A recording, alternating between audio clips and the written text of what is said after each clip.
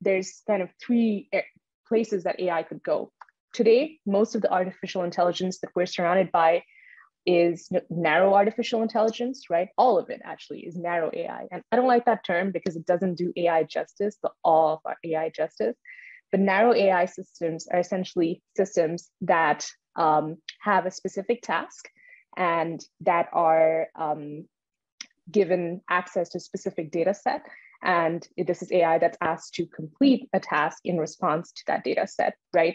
So think Google Assistant, think checking the weather, think a specific task rather than a broad range of tasks. Now the fear, or maybe the excitement, is that we'll hop from narrow AI to general AI in the near future. And when we'll do that is unprecedented, but general AI is defined by AI that matches human level general intelligence.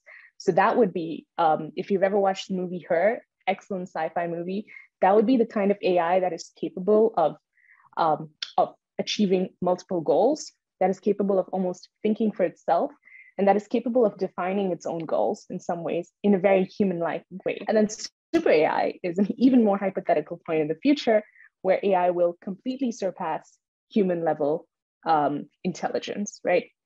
And that's maybe something for something that's kind of limited to the sci-fi realm for now.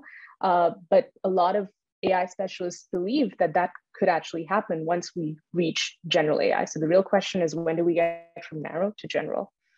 So why companies will track this kind of data? Because they want to improve the metaverse experience. So users want to feel real. It should be like users can able to feel it's a metaverse, is it real? So they can use this kind of data to improve metaverse using the AI technology, so that we can feel like really immersed in the experience. So AI will always be a double-edged sword, because it can be used for good purposes and also bad purposes. So for good purpose, it can able to improve our metaverse experience, and also it can able to detect whether the user is a real user or malicious user based on our previous actions. So in previous, how we'll interact in the metaverse, those will be tracked and trained. So AI can able to detect what are the new author logs into metaverse, it able to differentiate is a malicious user or a real user.